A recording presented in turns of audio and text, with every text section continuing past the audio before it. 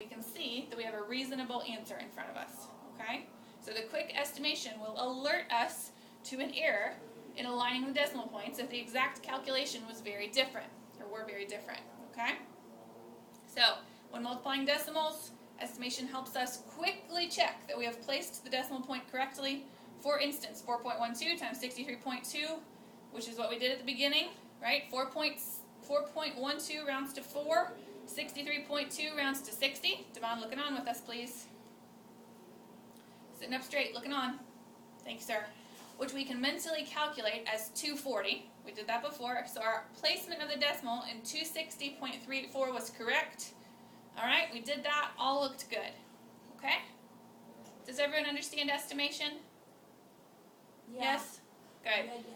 So in the first one, estimate for practice A and practice B, it tells you to estimate and then evaluate. Okay? So those problems, there need to be two answers. There needs to be your estimation first of what your answer should be around to see if your final answer is going to be reasonable. Okay? So, someone tell me right now for practice A, 44.612, what might you estimate that to be? Give me a hand. What might you estimate 44.612 to be? Destiny? Okay, 45, or you can make it even more simple.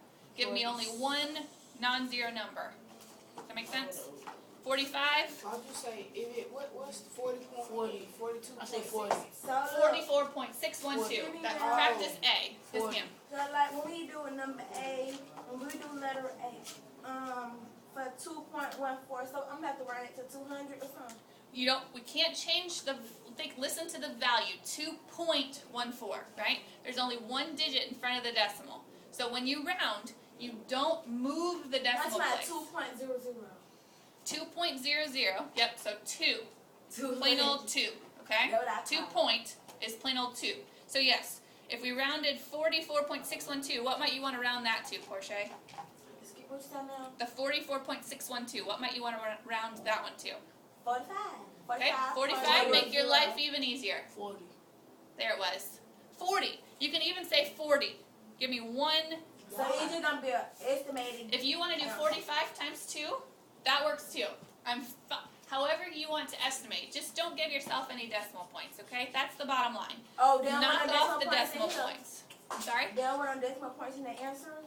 In our estimation, you don't need decimal points. First you estimate, then we're going to do the whole math, okay? Yeah, we're rounding. We're estimating by rounding. So, my question is, do y'all want the correct answer? It says estimate and then evaluate. So your first answer is your estimation.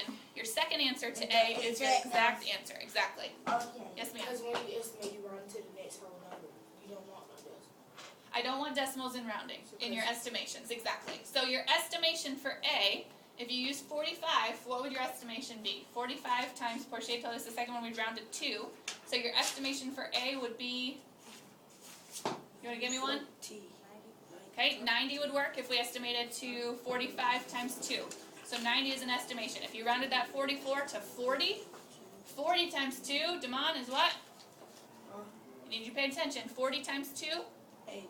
80, okay? So an estimation of 80 or an estimation of 90, both work. Give me your final answer. Make sure that number sounds reasonable, okay? So for A and B, you're going to need 2 answers.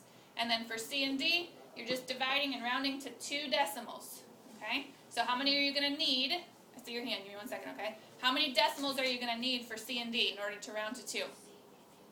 What do you think, Jamaica? For C and D, if you have to round to 2 decimal places, we need to do out our division to how many spots? 2. To round to 2, we need to look at how many?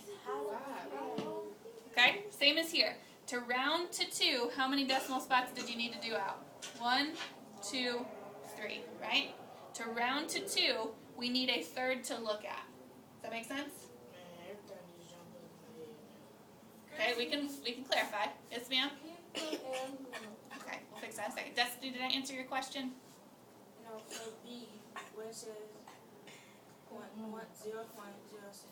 what would we round that to 1? You can round that to 1. That's fine. Or you can almost round that down, right? It's pretty low. It's pretty close to what? Almost 0, right? So your decimal number is going to be really small for your answer. If we say our estimation is 0, then 0.00076 would be pretty close to 0, right? Does that make sense? If that one you wanted to round to like 0.1, you could do that. If you wanted to round to, trying to see how the book does it. I'm honestly not certain what their estimation was, what values they plugged in. So however you want to do it, just give yourself a ballpark number, as long as they're close. So if you picked 1 and 1 times 5, that one's going to be a little bit off, right? Because your answer is less than 1. So you don't want to round 0.06, because we never want to give it too much more than it deserves. Does that make sense? Yes? More questions? No? You're good? Okay. Jamaica, you're all jumbled up inside. Can we fix anything now? You was asking me how to, like you were saying, how many decimal places we rounded to if we had 2 times something. I'm like, Okay, so look at C and D. Your instructions are to divide. Okay, you got that part. Round to 2 decimal places is how they want you to give your answer. Okay, so it's going to be similar to this one.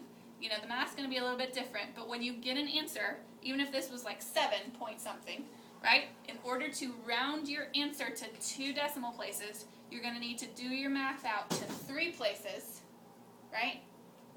To round to that second place.